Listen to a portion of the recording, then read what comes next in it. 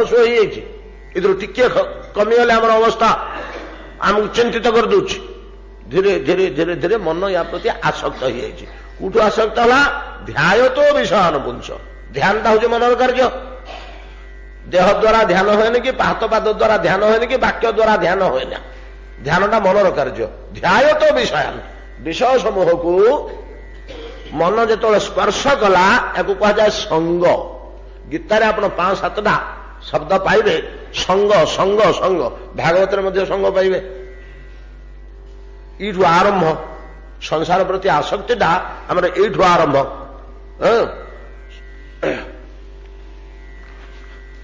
ଶୁଣନ ସୁଭଦ୍ରାଣୀ ରଥାଙ୍ଗ ପାଣେ ନାମାନି ଗୁଣାନି ଚଜାନି ଲୋକେ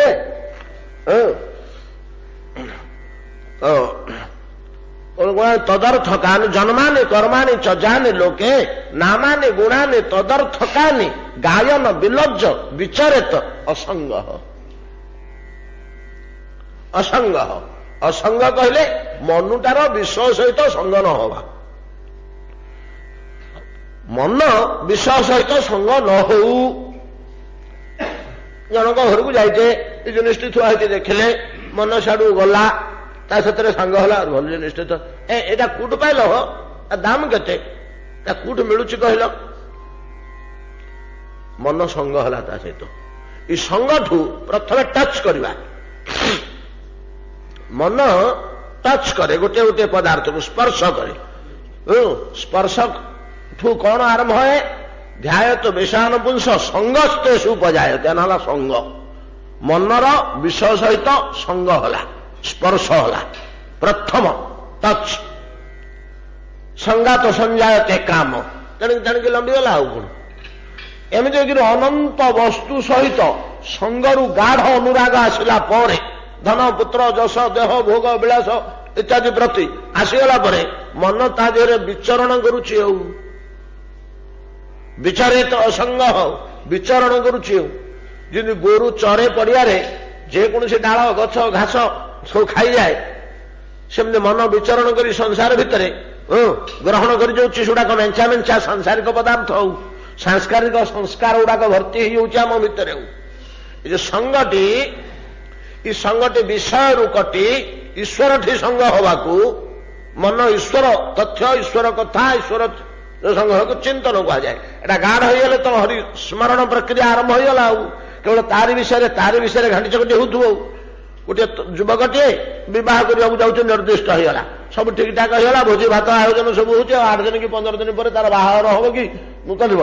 ଯେମିତି ତା ପୂର୍ବରୁ ସେ ବିଚାରି ହଉଥେ, ଲଟେରୀଟେ ଫୁଟିଗଲା, 5 ଲକ୍ଷ କି 10 ଲକ୍ଷ କି 30 ଲକ୍ଷ। 2 ଜଣ ସାଙ୍ଗ ଧରିକି ଆମେ ଯାଉଛୁ ବମ୍ବେରୁ ଚେକଟା ଆଣିବା ପାଇଁ କି, ବାଟା ଆଗ ଯେମିତି ମନ ବିଚାରି ହଉଛି କେବଳ ସେ ଅର୍ଥ ସମ୍ବନ୍ଧରେ, କେମିତି ଖର୍ଚ୍ଚ କରିବି, କଣ କରିବି, ଆଉ କଣ କରିବି, ଆଉ କଣ କରିବି, ଆଉ କଣ କରିବି।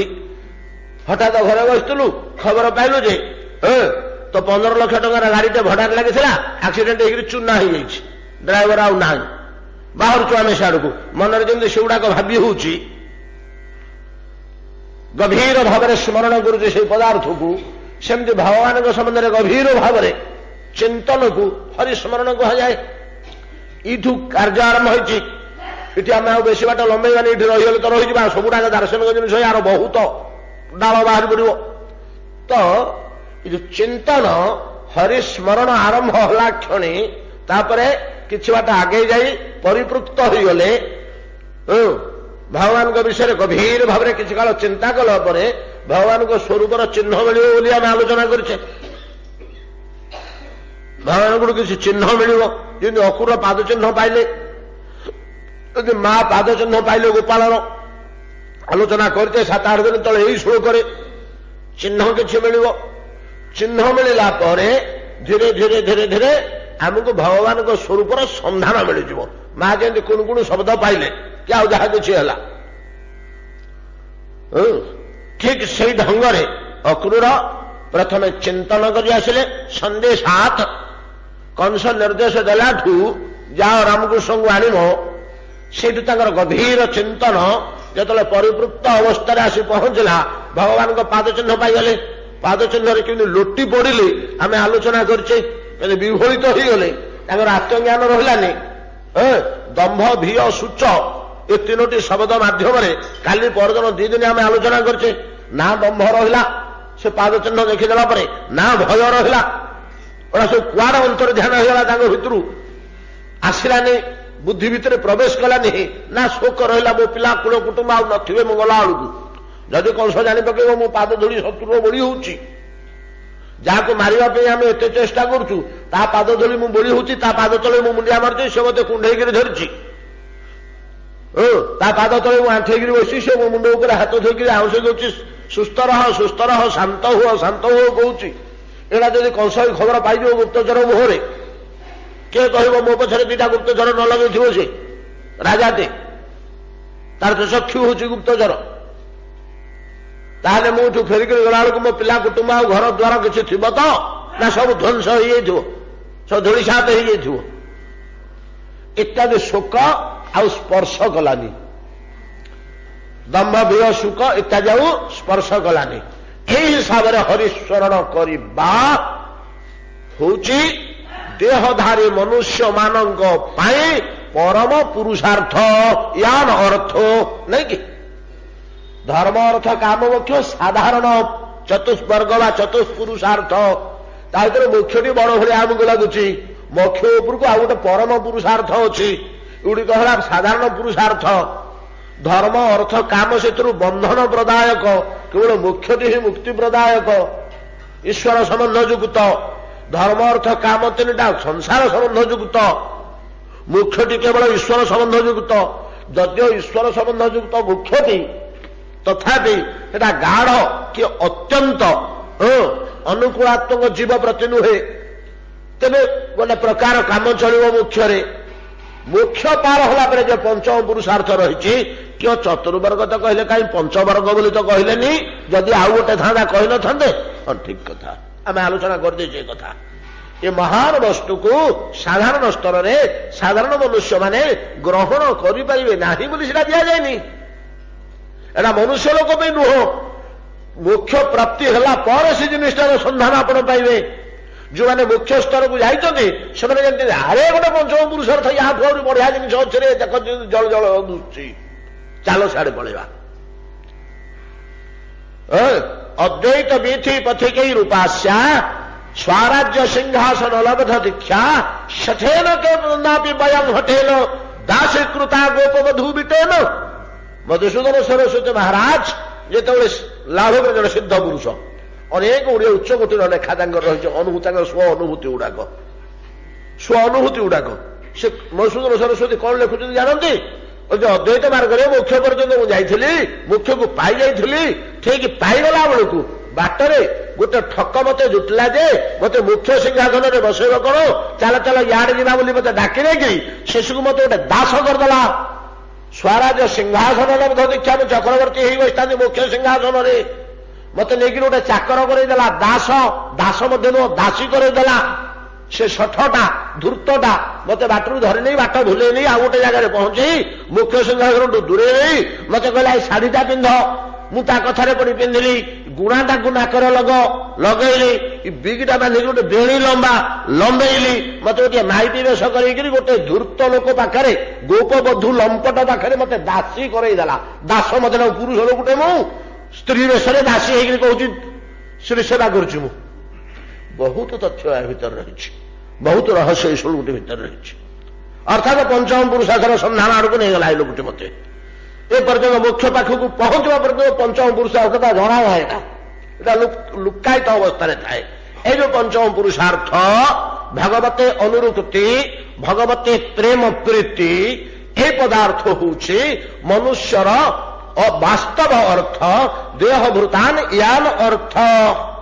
এটা কেমিতি মিলিব না প্রথমে চিন্তন তাপরে চিহ্ন প্রাপ্তি লিঙ্গ প্রাপ্তি নাই কি তাপরে স্বরূপ প্রাপ্তি বা দূত প্রাপ্তি নবা লোক তাঙ্ক পাখু নবা লোক আসি পৌঁছি যাবে বা তাঙ্ক পাখে যাই আমি নিজ আড়ু পৌঁছি যা এই তিনোটি স্তরে গোটে নির্বাহ হয়ে এই যে অবস্থা এইটা আহে রাজা পরীক্ষিত সুখদেব গোস্বামী কହୁଛନ୍ତି মনুষ্য ମାନଙ୍କ ପାଇଁ এইটা ହିଁ ସବୁଠାରୁ ବଳିଷ୍ଠ ଅର୍ଥ ବା ଲାଭ बा कल्याण बा सर्वोच्च प्राप्ति बा सर्वोच्च स्थिति याठू बड़का जिनिष मनीष पे आउ कि लिखा है कपाल मनीष कपाल याठार बड़ जिनिष आउ कि ना यहाँ हूँ सर्वश्रेष्ठ प्राप्ति मनुष्यर किए पाइपे किए न पाइपे गोटे कंपिटिशन हो 50टा प्राइज अच्छी जार योग्यता अनुसार जी जो प्राइजटा पाइला किंतु अंतिम प्राइजटा शेष प्राइजटा जो 1 नंबर अच्छी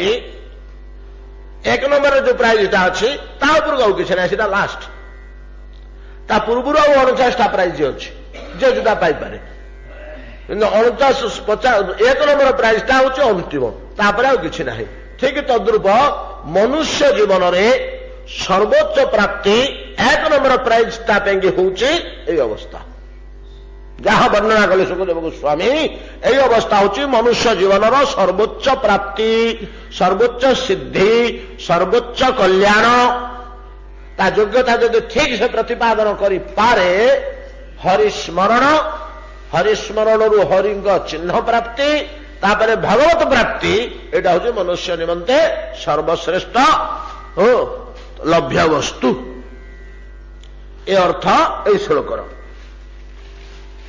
आउ गोटे छोटिया अर्थटीए मध्य या भितर आम बाहर कर वर्तमान चिंतन 8-10 दिन चर्चा आमर सरला यार गोटे आउ गोटे चिंता आम करवा अल्प समय सामान्य चिंताटी बेसी बड़ ताको लंबेबानी कौन टीकाकार ई श्लोकर आउ गोटे अर्थ करती कहती देह भृतान यान अर्थो हित्वा दंभं भियं सुचं हे दंभ भय शोक एटा सिना मनीष पे अक्रूर पे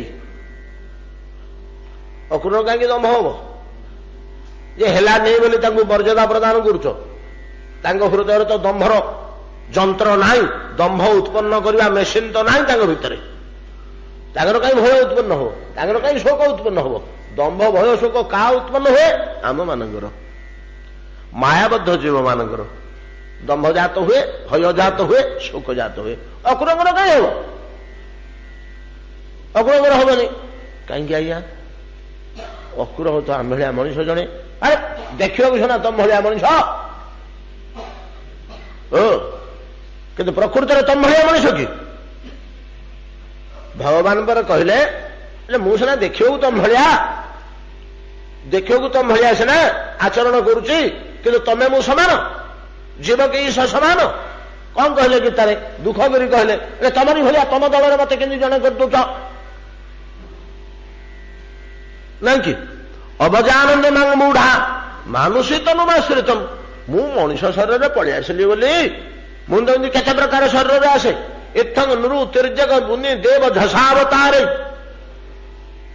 इत्थंग नुरु तिर्जक बोले पशुपक्षी नुरु तिर्जक मुनि झस देवता झस कले जन जंतु मच्छा कच्छप केत रूप में आसे मनुष्य रूप में पलि आसली मनुष्य रूप में पलि आसली बोलिक तुम साथ मत समान कर दौच तम लाइन में मत बसौच तम आसन में मत बसौच बड़ दुखर कथा गुड़ाक या द्वारा मोर अपमान होची मुझे रही कि खाइबिनी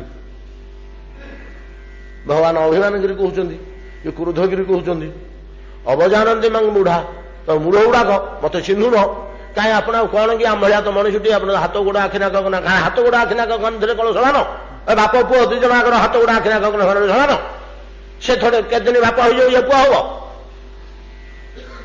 बाप को कह तू एथर पुआ हो मु बाप हेबी हम ना गुरु शिष्य देखा समान बोलिक गुरुटा शिष्य हो शिष्य गुरु हम कलिकाल होगा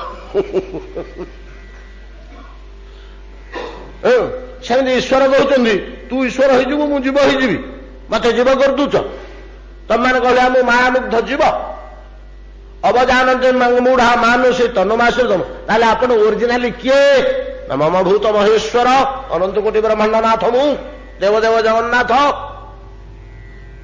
मु मनुष्य मात्र नुहे जीव की ईश समान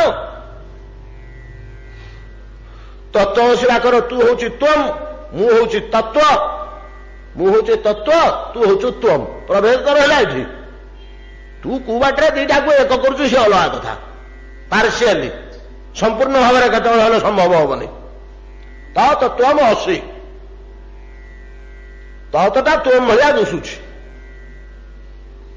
बा त्वमटा पार्शियली तत्व या आउच ना आ तत्वटा त्वमटा तत्व यदि गोटे जिनिस होता जोड़े शब्द कहीं व्यवहार होता दीटा ना गोटाक ना तत्व होला गोटाक ना त्वम होला एक नाम तो दुईटा को प्रकाश पाई आवश्यकता कौन था दुईटा शब्द बुझुं कि नहीं तो ठीक तद्रूप अक्रूर आम भाया मनुष्य तुल्य देखा जाऊले आम विपुल भाव में पूर्व आलोचना करें आम मस्तिष्क भितर पूरा प्रवेश करे से आम भाया जन्म जन्मांतर भोगी कर्मफल ग्रस्त मायाबद्ध जीव मात्र नुहंती ताहले कौन अटंती भगवान द्वारा प्रेरित वैकुंठरू आगत भगवान मर्त्यलीला जड़ित जड़े सहयोगी कलाकार भगवान नाटक भगवान कृष्ण लीला नाटक जड़े कलाकार नहीं कि वैकुंठरू आस दौलटा को वैकुंठरू आम जमी छत्तीसगढ़ बिलासपुर गोटे दल मगेक भाई नाच कराऊे तार जोड़े थोड़े सहयोगी आमती सी वैकुंठ दौलटाक ये वैकुंठ प्रिय व्यक्ति एमती आसती कि हाँ आसती मुक्तापी गुड़ा मुक्त पुरुष गुड़ाक बद्ध पुरुष नुहति मुक्तापी विग्रह कृत्वा देह धारण करी लीलया लीला काल भगवान लीला काल भगवत भजन्ते इठी आसिक नाटक सहयोग करा ईश्वर सेवा हेटा ईश्वर सेवा से ईश्वर सेवा छड़ा द्वितीय कथा हरितोषण छड़ा किसी करती हरिस्मरण सरी जाइए हरितोषण छड़ा किसी करती हेले जिते से आसी आचरण आम बहुत जिन शिखार अच्छी आमको शिक्षा देवाई से आसला बेले जनजगत भगवान किसी शिक्षा दिखती सहयोगी मैंने किसी शिक्षा दिखती सेमती अक्रूर हरिचंद्रन को शिक्षा देवाई समाज को या कर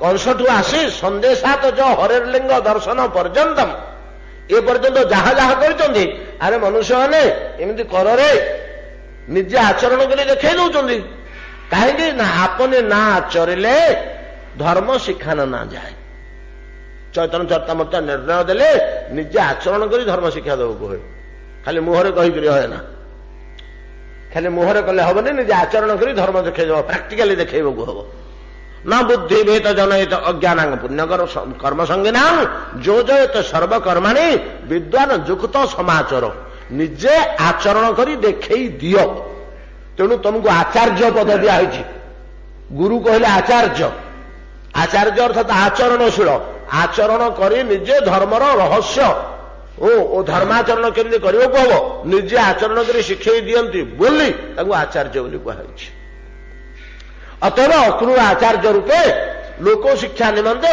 ए चिंतन इत्यादि गुड़िक सब देखेले ना से प्रकृतर बद्ध जीव नुहंती एटा हूँ केतक टीकाकार मत से कहले ये श्लोकर तात्पर्य होची देहभृतान श्रवण आदि आदि अच्छी शिशु को हरिलिंग दर्शन श्रवण आदिकम आदिकम कटा छाड़ी दिखाते कटार कौन ये न था अर्थ न थे श्रवण आदि तात्पर्य कौन कि सरल भाव में कथा कहीदे बुझला भाया अक्रूरंकर पूर्व जन्मर कथा पड़ी वर्तमान नुह जिते से आम भाया साधारण जीवटे थिले वैकुंठ को जाई नथिले भगवान लीला परिकर हो नथिले सालोक्य सारूप्य प्रभृति मुक्ति पाई नथिले वैकुंठवासी हो नथिले सेतिकी बेले से एकदा नारद भगवान नारदंकर साक्षात पाइथिले भगवान नारदंग सहित देखा भगवान नारदंग सहित देखा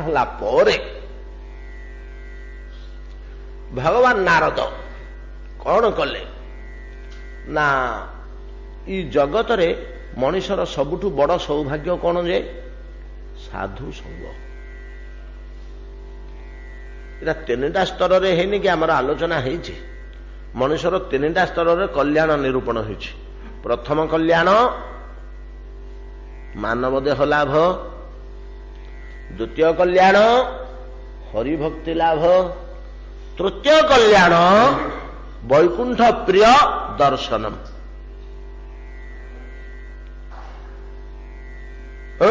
ଦୁର୍ଲଭ, ସୁଦୁର୍ଲଭ, ଅତି ଦୁର୍ଲଭ, ଏ ତିନିଟି ବାକ୍ୟ ମାଧ୍ୟମରେ ଆମେ ଏ କଥା ଟିକେ ଆଲୋଚନା କରିଛୁ। ଗୋଟିଏ ଦିନର ପ୍ରବଚନ, 1.5 ଘଣ୍ଟା ମୁଁ ୟା ଉପରେ କହେ।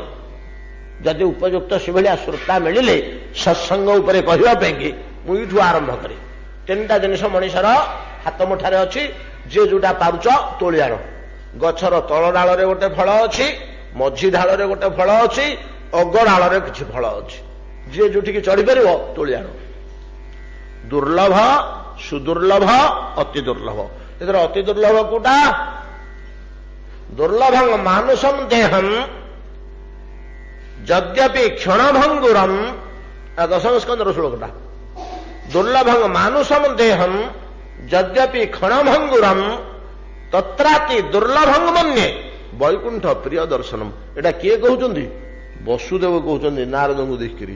ଏଇ ନାରଦଙ୍କୁ ଦେଖିକିରି ନାରଦ ବସୁଦେବ ସମ୍ବାଦରେ ଏଇଟା ଆପଣ ପାଇବେ 10ମ ସ୍କନ୍ଧରେ, 11ଶ ସ୍କନ୍ଧରେ, ଭୁଲ କହିଲି, 11ଶ ସ୍କନ୍ଧରେ କହୁଛନ୍ତି। ଖୁସି ହେଲେ ଯେତେବେଳେ ନାରଦ ପଳେଇଲେ ବସୁଦେବଙ୍କ ଘରକୁ, ଦ୍ୱାରକା ଆସିଥିଲେ।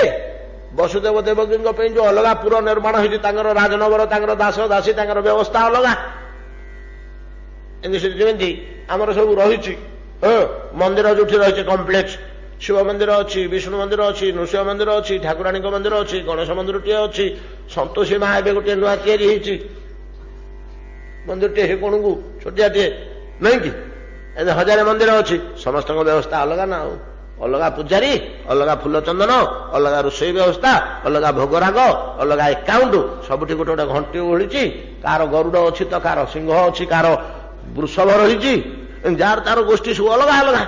ସେମିତି ଦ୍ୱାରକା କାହିଁକି, ବୈକୁଣ୍ଠ ଇତ୍ୟାଦିରେ ସବୁ ଯାହାର ତାର ଅଲଗା। ଦେବତା ମାନଙ୍କର ମଧ୍ୟ ସ୍ୱର୍ଗରେ, ଯାହାର ତାର ପୁରୀ ନଗରୀ ଅଲଗା, ରାଜ ପରିବାରରେ।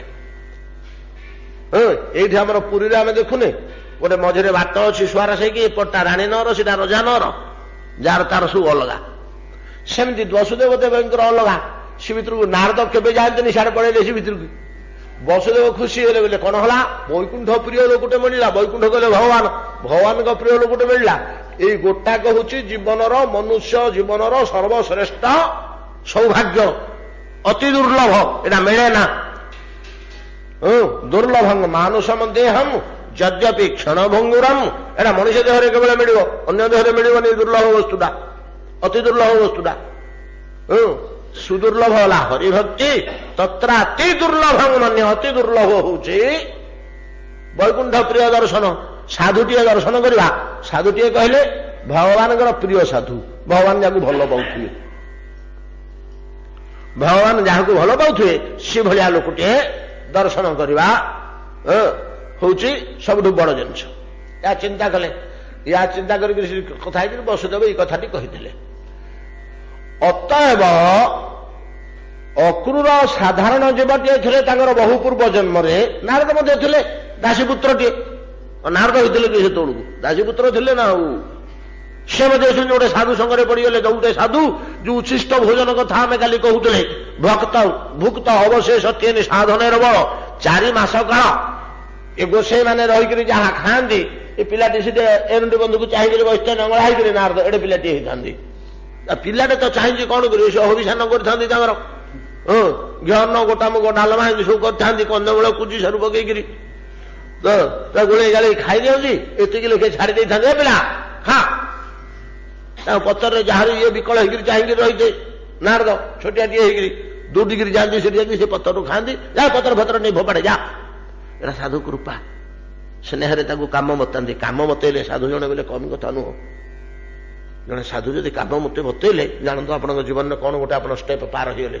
ଦୁର୍ଗଟେ ଯଦି କାମଟିଏ ବତେଇ ଦେଲେ।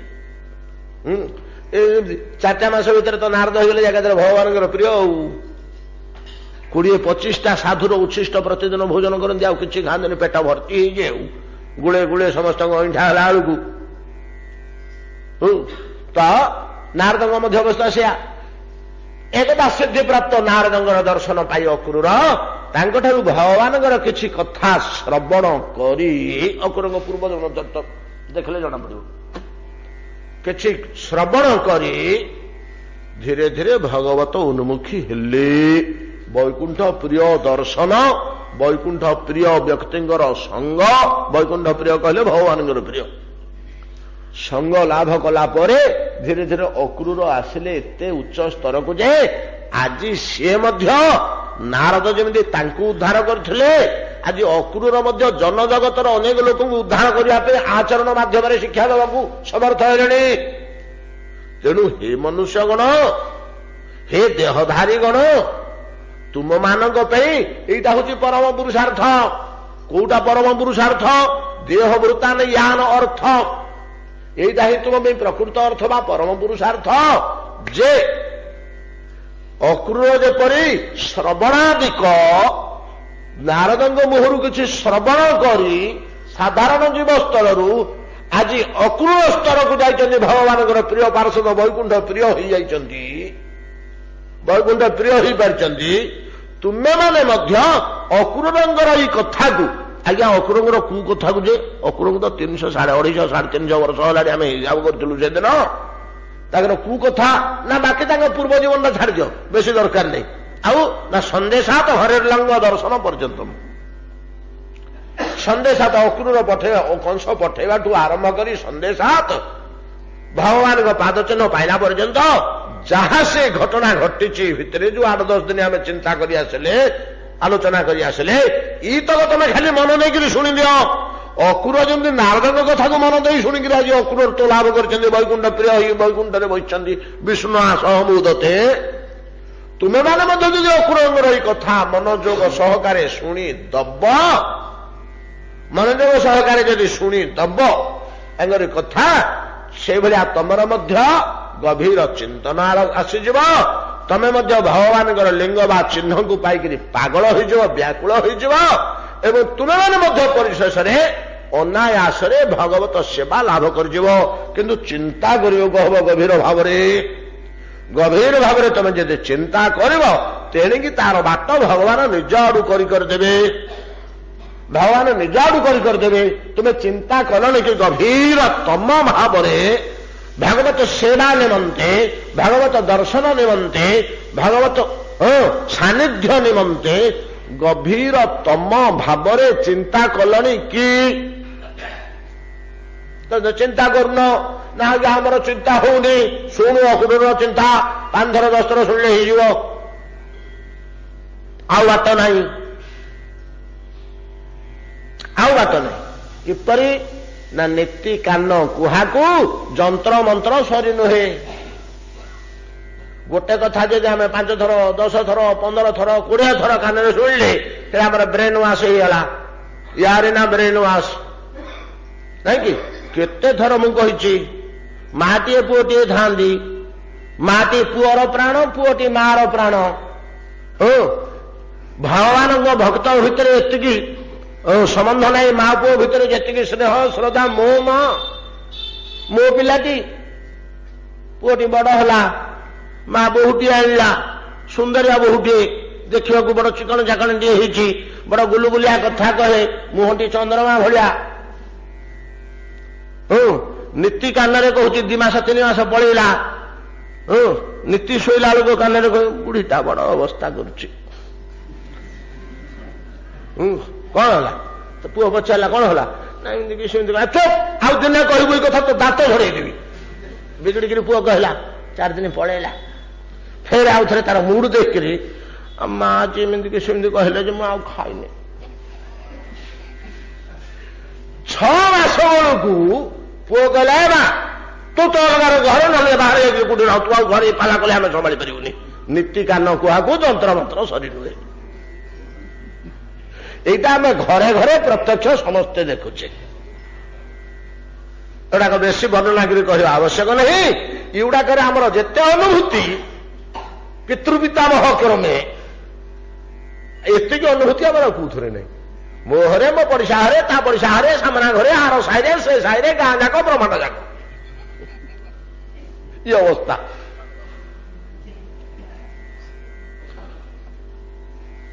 नहीं कि जो पुअटी माटी की जीवंत देवता बोली भावी मोर पछे जगन्नाथ आगे ना ये पुओ दिने कहूला ए पुओ दिने कहूला मोर पछे जगन्नाथ आग मोर माँ पछे जगन्नाथ मु मातृसेवा छाड़ी जगन्नाथ सेवा को जीविनी ये निष्ठा जार थिला 6टा मास भितर केते थर 6टा मास भितर बड़ हेले से 180 दिन है 120 थर कि 110 थर कि 100 थर कही एतिक तार ब्रेन वाश होगा ब्रेन वाश होगा कौन कि मुड देख कह कह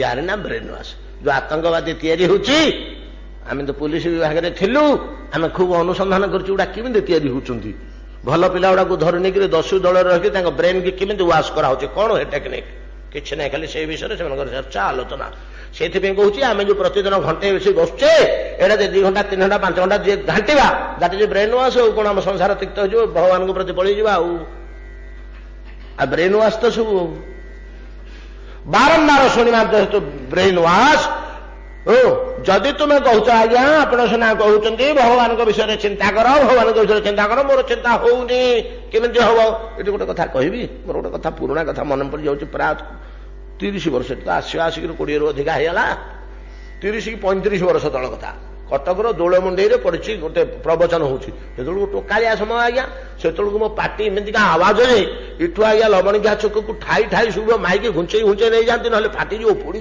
माइक अनर्गल एमती थाए एवं तो बुढ़ा बयस बाहरी पड़ी समय समय जो मत मुड़ आसी जाऊँगी सत कथा कहूँ मो पूर्व 2-3 जन वक्ता कहते से गुरुत्व देकर कहते कौन गोटे विषय वस्तु पड़े गुरुत्व दे कहते जे लक्ष्य कहवा गोटे आचरण करवा उचित यार ऊपर गुरुत्व देकर कहते कहूच कहीं कर गोटे कर गोटे जीवन कर लक्ष्य कहीकि शुणिकी किसी लाभ नहीं गोटे आचरण कर प्राक्टिकाली आपात सुंदर दुष्टी सत कथा गोटे सतकर्म आचरण कर 1000 सतकर्म शुणिले कहले कौन हम आचरण कर लास्ट को मो पाली था मु ठीक उल्टा कथा कहली आज्ञा जिते पारुच श्रवण कर मत कि आचरण करना ये 3 जन वक्ता जो आगु कहीगले कि आपणकर हेनी कि करने को कौटू प्रेरणा आसो करने को हृदय प्रेरणा आसले तो कर टाणी उठा किए किसी करे टाणी उठा किसी कहे भितर जदि किसी गोटे कार्य करने श्रद्धा आवेग की उत्कंठा न आसला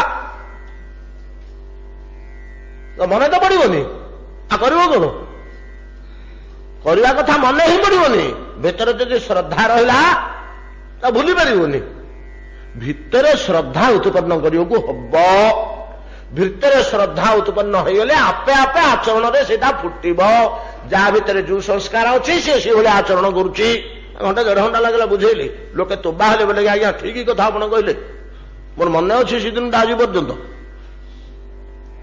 भितर जदि गोटे संस्कार जार जहाँ किए चोरी संस्कार अच्छी से चोर होची तार दान संस्कार अच्छी से दान करुच्ची किए बताऊँगी दे बोली ना किए आपको बताऊँ चोरा बोली ता भितर संस्कार तैयारी आमको भितर संस्कार तैयारी करने को हरिभजन पर संस्कार तैयारी करने को संस्कार तैयारी हेले आपे आपे आम हरिभजन स्पृहा आसब लालसा आसब निष्ठा आसब चारिआडू समय काटिक आम ठाकुर सेवा समय रखा खाइबारू शोइबारू सबुठ समय काटिक आम ये रखा भितर जब आम संस्कार नथिब गुरुदेव आसा मंगल आरती करू पर आउटू हाँ आज्ञा 10 मिनिट फेर गड़ी पड़े आखि बुझीदेला तार भीतर तो संस्कार नहीं क्या शोई पड़लु 5टा बाजीगला हाँ आज्ञा कांदी कुंथे उठिक छी नाला की दुखरे पड़ली बाबाजी मठू को आसिक 5 टे शोईगला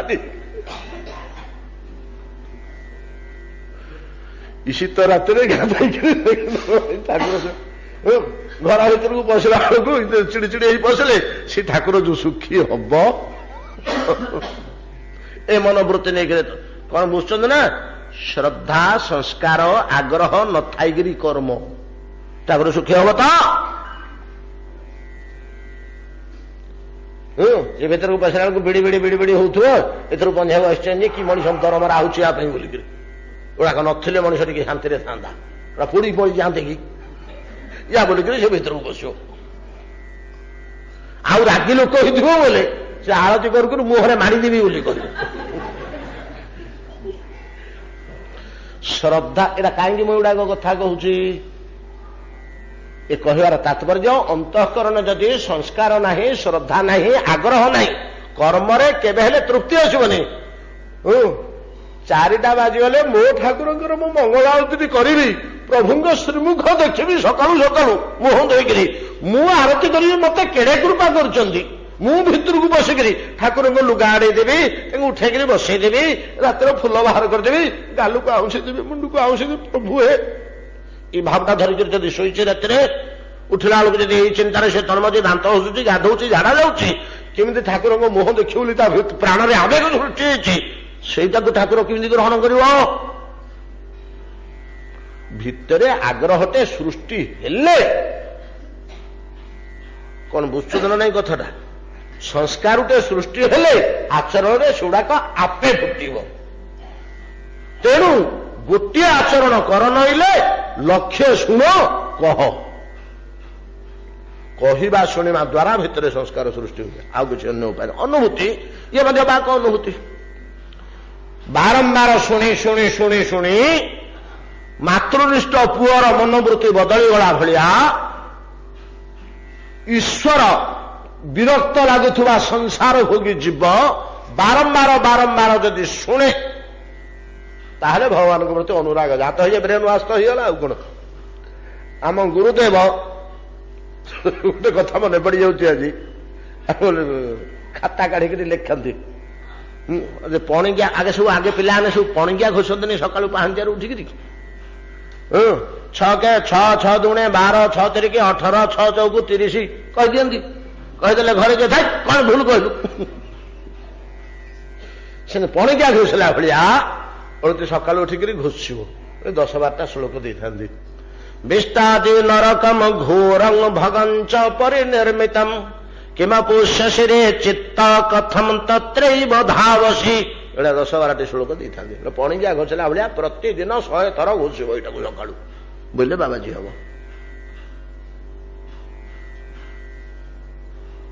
ନହେଲେ ବାବାଜୀ ହେଇପାରିବନି। କାହିଁକି ନା ବାରମ୍ବାର ସେଗୁଡାକ ମନ ନ କଲେ ବ୍ରେନ୍ ୱାସ୍ ହେଲା। ଆଉ କଣ ମ, ବ୍ରେନ୍ ୱାସ୍ ହେଇଗଲା। ଆଉ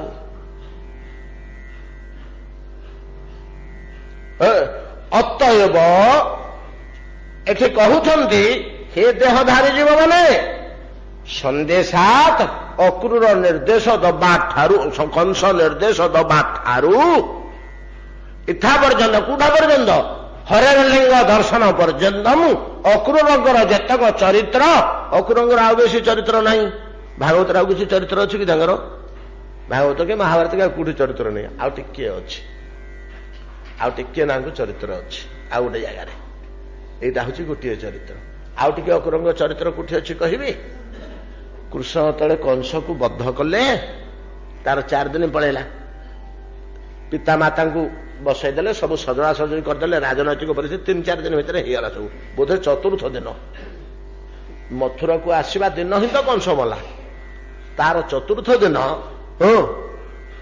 ୟାକୁ କହିଥିଲେ, କୁବଜାକୁ, କୁବଜା କହିଥିଲା, ପ୍ରଭୁ ଏତିକି ମାତ୍ର ମୋର ଅଛି ମାଗୁଣି, ଦେବଟି ନିଶ୍ଚୟ ମତେ ମୁରଲି ପାଣି ହେ। କଣ ତୋର ମାଗୁଣି ଅଛି? କଣ ଗୋଟେ ମାଗୁଣି, କଣ ଗୋଟେ ସେ ମାଗୁଣି ମାଗିଥିଲା। ୟାକୁ କହିଥିଲେ, ର ମୋର ଗୋଟେ ଝାମଲା ଜଞ୍ଜାଳ ଅଛି, ମୁଁ ଜଞ୍ଜାଳ ତକ ସାରିଦେବି, ନହେଲେ ଚଞ୍ଚଳମତି ମୋ ମୁଣ୍ଡରେ 1000 ଚିନ୍ତା ଥିବ, ମୁଁ ତୋ ଘରକୁ ଯାଇକିରି କଣଟେ କରିବି, ମୁଁ ତ ଶାନ୍ତିରେ ଟିକେ ବସି ପାରୁନଥିବି, ଖାସ ମୋବାଇଲ ବାହାର କରୁଥିବି, କଣ ହେଲା? ତେଣୁ ଟିକେ ରହ, ଅପେକ୍ଷା କରେ। 4 ଦିନ ଭିତରେ ସବୁ କାର୍ଯ୍ୟ ଯେତେବେଳେ ସମାପନ ହେଇଗଲା, ଭଗବାନ ନିଶ୍ଚିନ୍ତ ହେଇଗଲେ। ଦାରୁକୁ କହିଲେ, ବୋଲେ ଦାରୁକ ରଥୁଟା ଟିକେ ସଜାଡି ଓଠି। ନା ଆଜ୍ଞା, ରାତି 8ଟା ହେଲାଣି, ଅନ୍ଧାର ରାତି, ମେଘ ଟିପି ଟିପି ବର୍ଷୁଛି, କୁଆଡେ ଯିବା? କରୁନ, କଣ କରିବେ? ଚାକର ତ ସେ ବାନ୍ଧିଲେ ରଥ। ଚାଲ, କୁଆଡେ ଯିବି ନା, ତମେ ଆଗକୁ ଚାଲ, ମୁଁ ବାଟ କହିବିନି, ବାଁ ଡାହାଣ କରି ସିଧା ନେଇକରି କୁବଜା ଘରଠି ରାତି 9:30 ବେଳେ ଲଗେଇଲେ ରଥ। ଭଗବାନ ସେ ରାତ୍ରିଟି କୁବଜା ଘରେ କାଳ ଯାପନ କଲେ। ପ୍ରଭୁ ପାହାନ୍ତିଆରୁ ଯେତେବେଳେ ସକାଳୁ ଉଠିକିରି ଆସୁଛନ୍ତି, ये अकुर सहित घरे पहुंचु पहुंचु अकुर को डाक तो अकुर आसिले बोले चाचा गोटे बड़ काम अच्छी कौन ना खबर पाइले गुप्तचर मुहरु बड़ अवस्था करुँच धृतराष्ट्र ता पिला माने पंच पांडव को पांडुंगर देह त्याग करगला कुंती आउ पांच पुत्र को लोक लज्जा बोली बण भूतर नहीं आसिले धृतराष्ट्र विश्वद्रोण चापरे किंतु घरे आसिक 3 मास 2 मास है पहुंचले पिला गुड़ा को बड़ कष्ट करुँच आमर तो बापघरटा यहाँ माँ कुंती केमती अच्छा कौन अच्छा गोटे सांत्वना दब टे बुझे बाझे दब आप तो भाई हे कुंती भाई हे अक्रूर हाँ कुंती वसुदेवंकर भौणी ना देवकींकर भौणी देवकींकर बड़ भौणी पृथा ताक ना था पृथा से झीटी की कुंत भोज राजा मागी नहीं गले ताकर झील नथिला से कहले झील टे दियो मु पालिबी पृथा को पृथा बोले ना गोल गाल झीटी मोटी माटी हो स्नेह नहीं गले नहीं कि कुंती बोली ना देले ना ना हूँ पृथा महाभारत आप पृथा शब्दटा ही बेसी पाइबे अकुर गले अकुर भाई हिसाब से जाई पहुंचले से बंधुटे तो आसली ग्रहण कले गोपन बसी कुंती सहित जहाँ से कुंती कहते आज्ञा कांदिकी कहते महाभारत में आप हृदय विदीर्ण हो भाईटा को देखीदे भाईटा को देखीदे जमी भितर दुख गुड़ाक सब उद्गार होना भाई से परिशेष गोटे कथा कहते अकुर तुम पलिया भाई तुम पलिया आसला मोर सबतक दुख दूर होगा तुम पलि आस गुरु ना मु तो किसी करें लो या भितर मुझे कौन साजना किसी दरकार नहीं एति मु जागले तुम आसबारू जे मो प्रति कृष्ण दृष्टि अच्छी आउ कौन दरकार जहा प्रति कृष्ण दृष्टि रहा तार आउ कि आवश्यक कुंडे पकड़े अकुर से कुंती की भो भो कांदिले बोले झील तो भलिया बुद्धिमती तो भलिया गुणमती भौणी पाइक आम धन्य मोर मध्य ज्ञान आसी नाला पर्यंत प्रकृति कृष्ण जो पठे केमिति अच्छा माँ कुंती बुझिक आस बोली या बड़ा सौभाग्य जीवन आउ कौन अच्छी आउ कि दुख किसी चिंता करना बर्तमान 1000 दुख आसिले तोर टिके लोम उपाड़ी पारनि जा निश्चिंत रह बोले कहीदे जोड़े चरित्र अकुरंगर जीवन भितर पुराण में दुशुची किंतु एउटी होउची गोटे मुख्य जिनिस जो जिनिस कि बारंबार बारंबार श्रवणादिकम अकुर जमी नारद मुहर भगवान कथा श्रवण करी करी करी करी मर्त्यर जीवटी ही आज भगवान लीलार पार्षद हो पार्टी वैकुंठे बसी जीव उद्धार करने को समर्थ हो पार्टी अकुरंगर संदेशात हरेर लिंग दर्शन पर्यंतम जदि आम श्रवण करवा बारंबार बारंबार ये कथा जदि आम श्रवण करवा श्रवण माध्यम आम्भे माने मध्य अकुर रंगर स्तर को चली जाई पारिबा बारंबार श्रवण रे से बुद्धि अंतर्गत जात हब से संस्कार अंतर्गत उत्पन्न हब से बुद्धि दुष्यब से आचरण शरीर फुटब आपे आपे एवं भजन साधन मान माति जीवा भगवान कृपा पाई चरण अरविंद मिल श्लोकर वैशिष्ट्य बा परिशिष्ट स्वरूप श्लोक सरला श्लोकर परिशिष्ट स्वरूप मु गोटे कथा कहवा चाहे जमी अकुर रंग जीवन रे आमे पाइले हरि कथा श्रवण श्रवण रु प्राप्ति निमंते चिंतन चिंतन रु चिन्ह लाभ रु आवेग आवेग रु प्राप्ति बा आवेग रु प्रीति प्रीति रु प्राप्ति ईश्वर प्राप्ति ठीक यही क्रम आमे पाइबा आम प्रिय व्यक्ति प्रिय ऋषि महाराजा इंद्रदुम्न जीवन रे ठीक यही क्रम से पाई इंद्रदुम्न जीवन रे ठीक यही भाया लक्षण मिली आम प्रिय जगन्नाथ को से पाई अकुर जो ढंग से ईश्वर प्राप्ति देखईदे जीवन यहाँ अंतिम सहज सरल इतने आज्ञा किसी कष्ट नहीं आज्ञा पैसा लगनी परिश्रम करने पड़ोनी पिला बुढ़ा पुरुष नारी किसी चिंता नहीं एपरिक समय बेसी करना आप हाथ में कम करुवे मन में चिंता करुवे ଆପଣଙ୍କୁ ସମୟ ମଧ୍ୟ ନଷ୍ଟ ହବନି। ହାତରେ କାମ କରୁଥିବେ, ରୁଟି ସେକୁଥିବେ କି ସୂତା କାଟୁଥିବେ, ଅଥଚ ମନରେ ଆବେଗପୂର୍ଣ୍ଣ ଚିନ୍ତନ ଚାଲିଥିବ। ଅଭ୍ୟାସ ହେଇଗଲେ, ସଂସ୍କାର ପଡ଼ିଗଲେ ଭିତରେ। ଅର୍ଥ ଆବଶ୍ୟକ ନାହିଁ, ଶ୍ରମୟ ଆବଶ୍ୟକ ନାହିଁ, କାଳ ଆବଶ୍ୟକ ନାହିଁ। ଏଭଳିଆ ସାଧନ ଆଉ କୋଉଠୁ ମିଳିବ? ଭାଗବତ ଆମକୁ ଗୋଟି ଗୋଟି କରି ଦେଖେଇ ଦଉଛନ୍ତି। ଏଇ ଢଙ୍ଗରେ ପାଇଛନ୍ତି ଇନ୍ଦ୍ରଦ୍ୟୁମ୍ନ, ଆମ ଜଗନ୍ନାଥଙ୍କୁ ଏଇ ଢଙ୍ଗରେ ପାଇଛନ୍ତି। ତାର ଏକ୍ଜାମ୍ପଲ ଅଛି। ସ୍କନ୍ଦ ପୁରାଣଟା ମୁଁ ଆଣିଥିଲି, 2-4ଟା ଶ୍ଲୋକ ସେଥିରୁ ପଢିକିରି ରଖିଥିଲି ତଳେ, ଯେ ସେଥିରୁ କେତୋଟି ଶ୍ଲୋକ ଦେଖିକିରି କେମିତି ଇନ୍ଦ୍ରଦ୍ୟୁମ୍ନ ଜଗନ୍ନାଥଙ୍କୁ ପାଇଛନ୍ତି ଏଇ କ୍ରମରେ ତାକୁ ଟିକେ ଆଲୋଚନା କରେ। ସମୟ ତ ହେଇଗଲା 7:30, ଆରମ୍ଭ କଲେ ୟାକୁ ଫେର 15 ମିନିଟ୍। ମୁଁ ଯଦି ୟାକୁ ଅଧଘଣ୍ଟେ ଭିତରେ ସାରି ପାରିଥାନ୍ତି, ଆଉ ଅଧଘଣ୍ଟେ ଆମେ ଏଇଟାକୁ ଦେଖିଥାନ୍ତେ, ଆମର ପୂର୍ଣ୍ଣାଙ୍ଗ ହୋଇଥାନ୍ତା। ଗୋଟେ ଲାଳସା ରହିଛି, ଆମେ କାଲି ଟିକେ ନାଙ୍କୁ ଦେଖିବା ନା। ଏ ଭାଗବତ ଟିକେ କରିବା, ତା ସେଥିରେ କେମିତି ସେଇ ଜିନିଷଟା ଏଥିରେ ରହିଛି ଦେଖିବା। ଆଜି ତ ରହିଗଲା, ବାକି ହେଇପାରିଲାନି। ଯାହା ହଉ ଆସନ୍ତା କାଲି ଦେଖିବା। ଆଜି ଏତିକିରେ ଭାଗବତ ବିଶ୍ରାମ କରନ୍ତୁ। ଭଜନିତାଇ ଗୌରୁ ରାଧେ ଶ୍ୟାମ, ଜପ ହରେ କୃଷ୍ଣ ହରେ ରାମ, ভজনিতাই গৌরু রাধে শ্যাম, জপ হরে কৃষ্ণ হরে রাম, ভজনিতাই গৌরু রাধে শ্যাম, জপ হরে কৃষ্ণ হরে রাম, জপ হরে কৃষ্ণ হরে রাম, জপ হরে কৃষ্ণ হরে রাম। শ্রী গুরু প্রেমানন্দ নিতাই গৌরু হরি बोल, निताय गौरु हरि बोल, निताय गौरु हरि बोल।